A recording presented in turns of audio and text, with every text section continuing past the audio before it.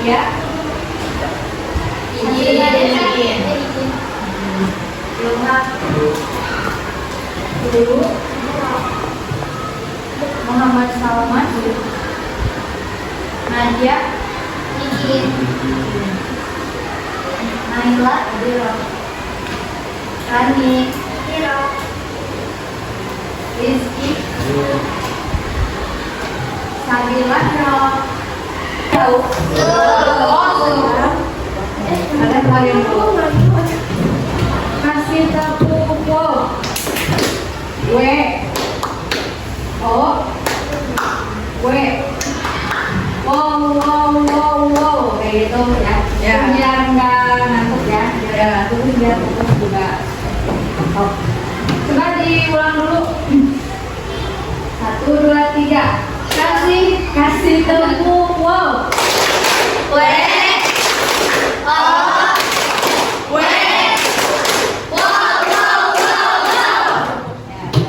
ya, berarti. Nah, sekarang mulai ya. Tepuk wow. W O W Udah fokus? Udah fokus. Nah, sekarang exercise yang kedua. Ada yang masih tuh kata ya, 3 kata itu ya, batuk, botak, batik. Oh ya. Batuk, kalau batuk ini ke bibir, kalau botak kepala, kalau batik ke baju ya. Kayak kalau misalkan ada yang salah, berarti masih ada yang belum fokus. Batuk, batik, botak, batuk. Nah, udah ya. Sekarang mulai. Fokus ya. Konsentrasi dimulai. Oke, mulai ya. 1, 2, 3. Botak. Botak. Batuk. Batik. Botak. Batuk. Botak. Batik. Batuk. Oke, semuanya konsentrasi ya. Autentikan Al-Quran. Yang disebut autentik itu apa yang terlintas di pikiran kalian? Keindahan, budi, asli.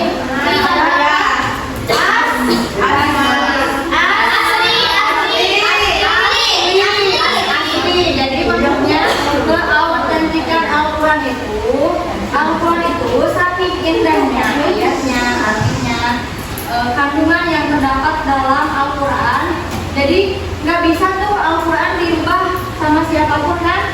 Walaupun banyak kasusnya gitu ya, kadang Al-Quran itu di syakalnya diganti, huruf Arabnya diganti, tapi tetap nggak bisa ada yang merubah Al-Quran maupun kandungan, isinya. Itu yang disebut keautentikan Al-Quran. Jadi Al-Quran itu dari pas diturunkan sampai sekarang, kita umat akhir zaman, Al-Quran itu masih dijaga kemurnian.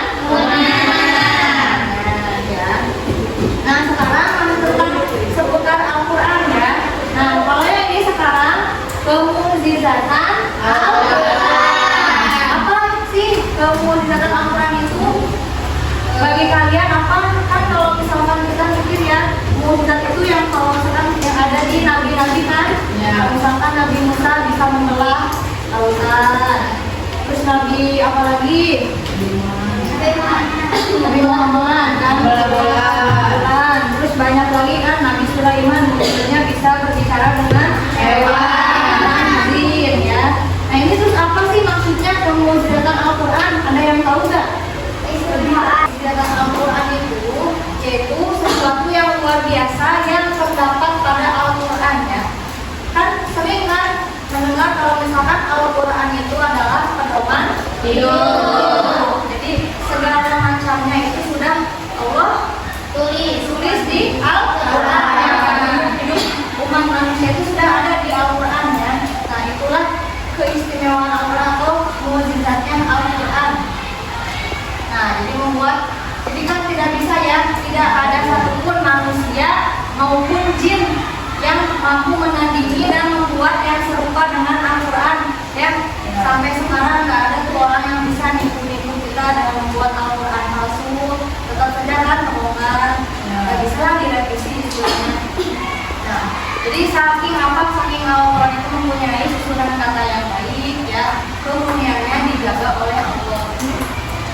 Nah, terus di sini kemu'jizatan juga sudah diakui sejak zaman Rasulullah hingga saat ini. Nah, dalilnya ada ya. Kalau misalkan nanti kan ada yang nanya, emang dalilnya ada?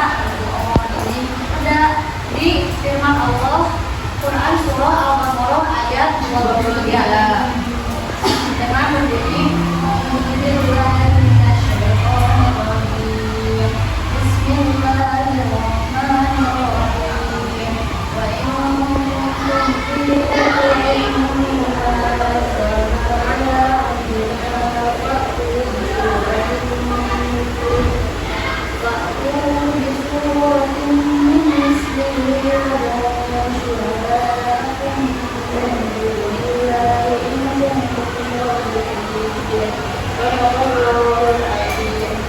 artinya, dan jika kamu melakukan Al-Quran yang kamu turunkan kepada Muhammad ini atau kepada Nabi Muhammad, maka buatlah satu surat semisal dengannya dan ajaklah penolong-penolongmu selain Allah jika kamu orang yang benar.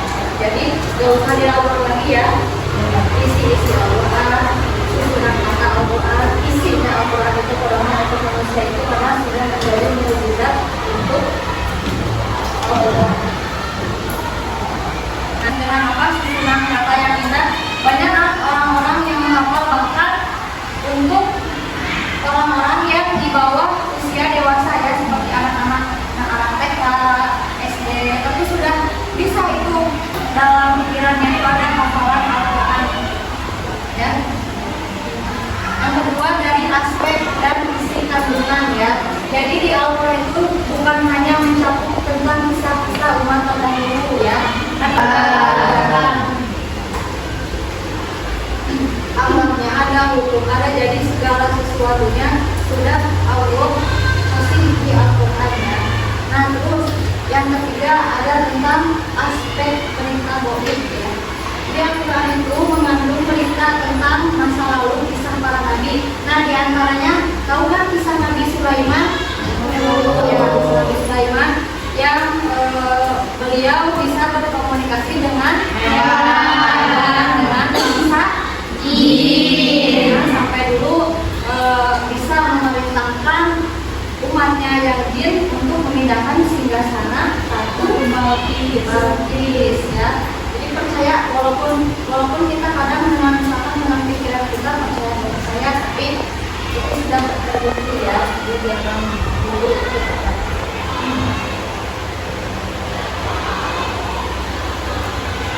Nah terus selanjutnya aspek dari ilmiah atau sains dan pengetahuannya ya. Jadi di Al-Quran juga saya banyak tentang menceritakan tentang penciptaan alam semesta ya.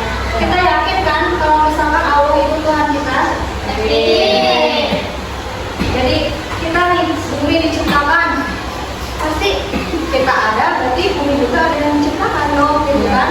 Secara logikanya Allah menciptakan makhluk dengan sesempurna-sempurnanya itu ya.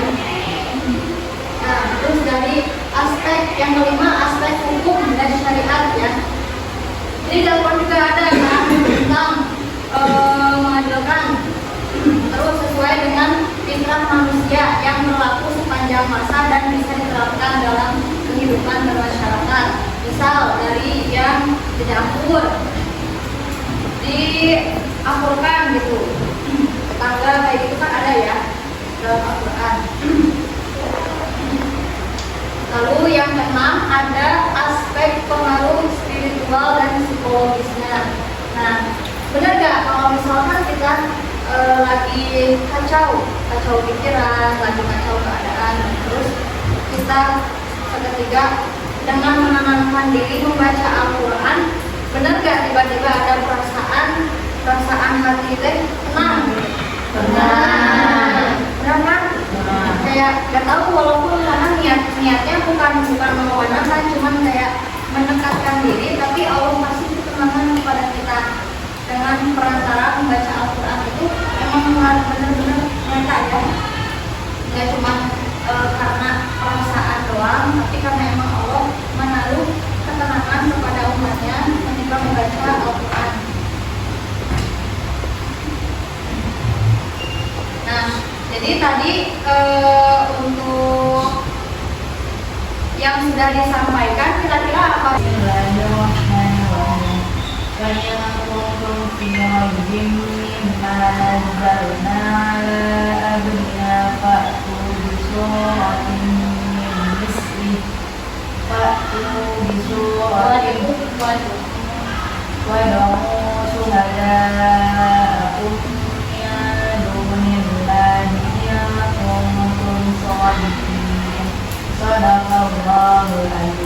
Artinya, dan jika kamu meragukan Al-Quran yang kami turunkan kepada hamba kami Muhammad, maka buatlah satu surat semisal dengannya,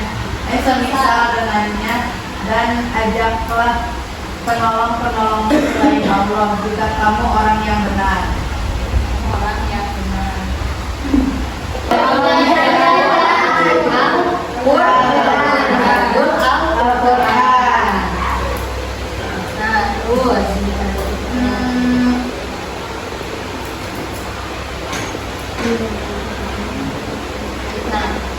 Terus tambahan keindahan gaya bahasa dan susunan kata Al-Quran menunjukkan kemujizatan pada apa tadi yang satu, poin satu, aspek sastra dan bahasa. Nah, terus salah satu contoh ayat fenomena ya Al-Quran yang menjelaskan tentang terbentuknya alam semesta, berarti termasuk pada aspek apa tadi?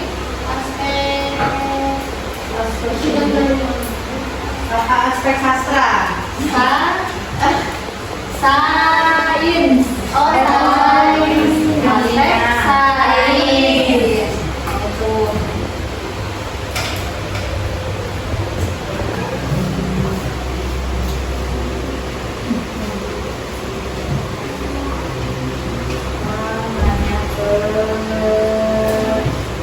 Verti coba. Di minggu ini verti ya. Satu, Al-Quran itu terjaga keasliannya karena apa?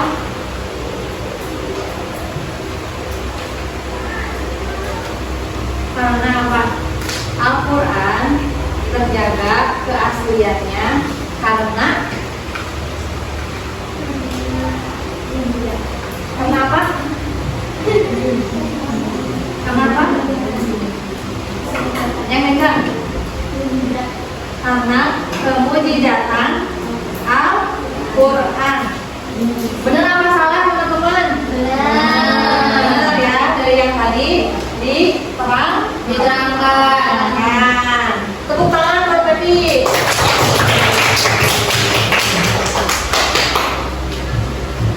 Nah, terus buat minggu ini tadi aja. Salah satu bentuk mukjizat Al-Quran, kemujizatan Al-Quran dari segi kisah Nabi adalah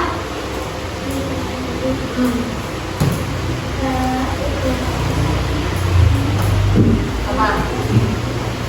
Jadi hikmahnya buat apa gitu? Di Al-Quran itu tercantum adanya kisah-kisah Nabi, kisah tersebut gitu.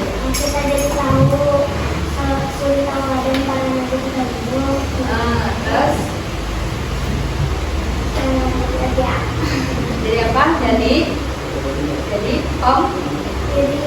pembelajaran untuk umat manusia. Betul nggak?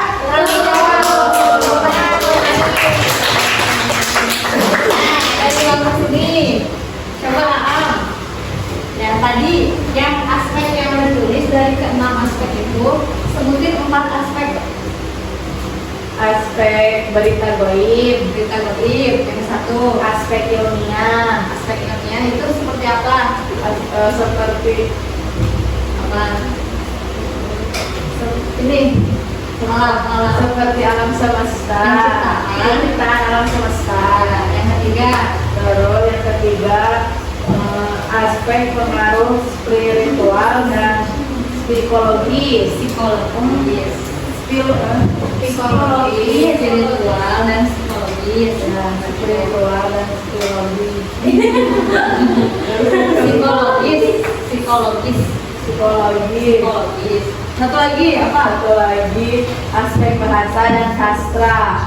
Bahasa dan Sastra. Benar teman-teman dari kanan.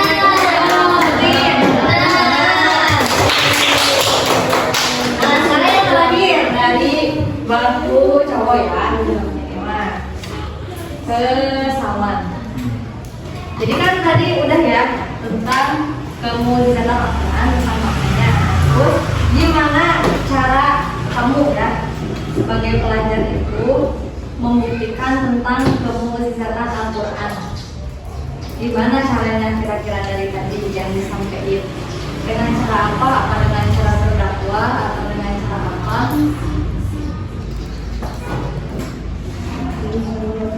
Membaca Al-Quran, terus membaca cuma membaca doang, menghafal, terus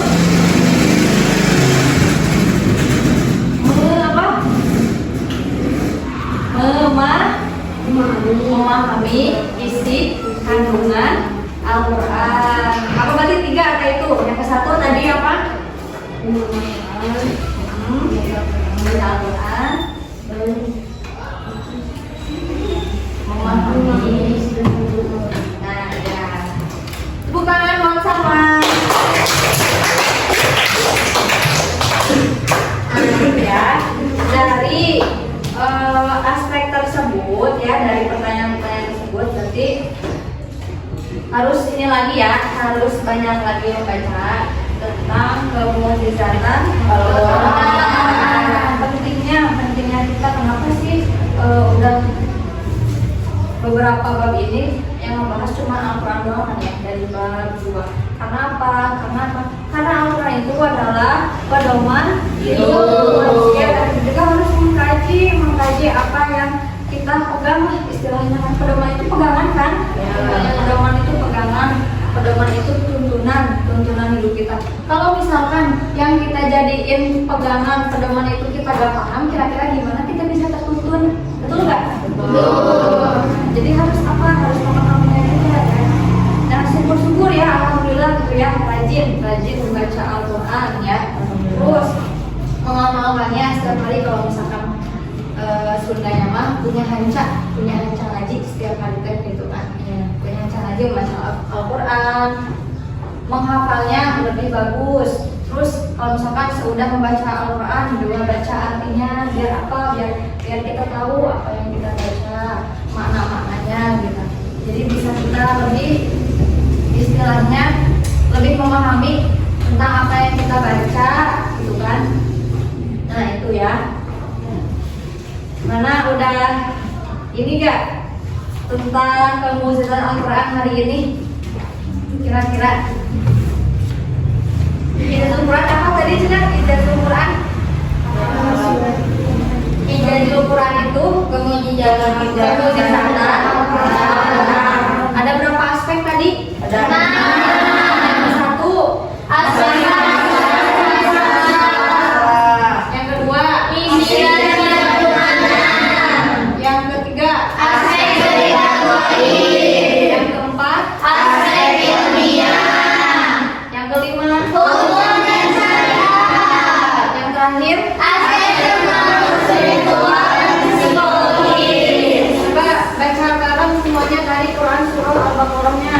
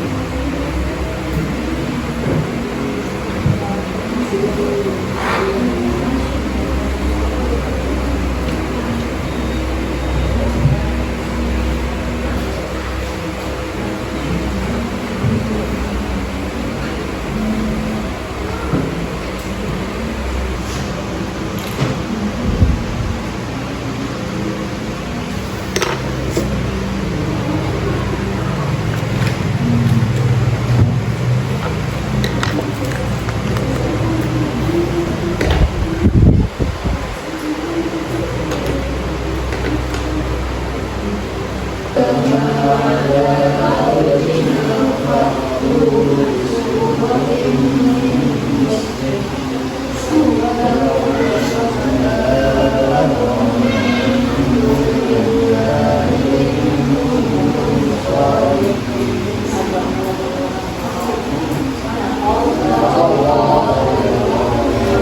jajaran ini baca maksudnya pakai ya. Pendeknya. Sekarang.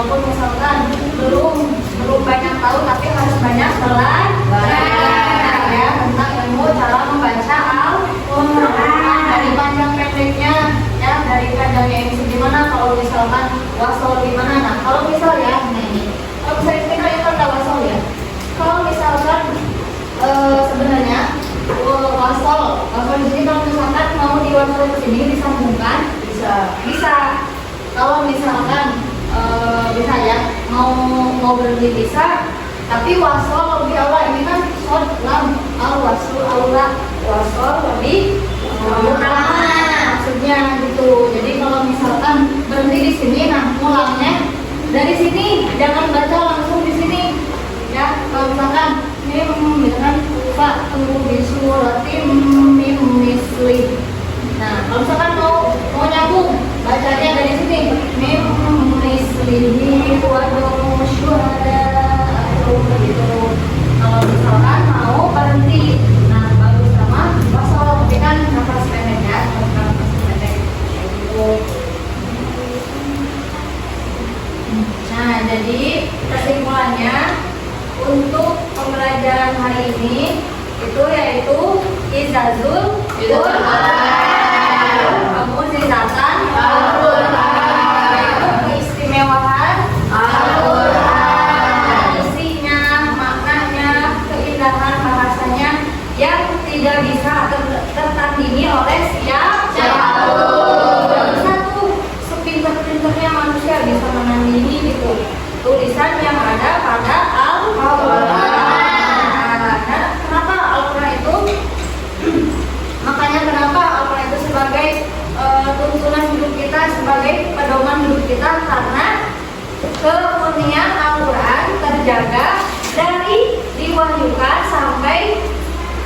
Semuanya kita akhir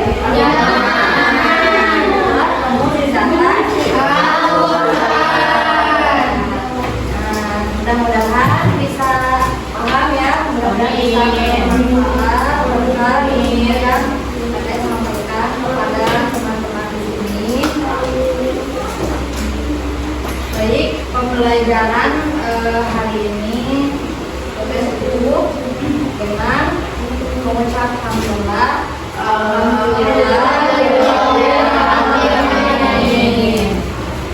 Baik, sebelum menutup pembelajaran, baca doa kifaratul majlis.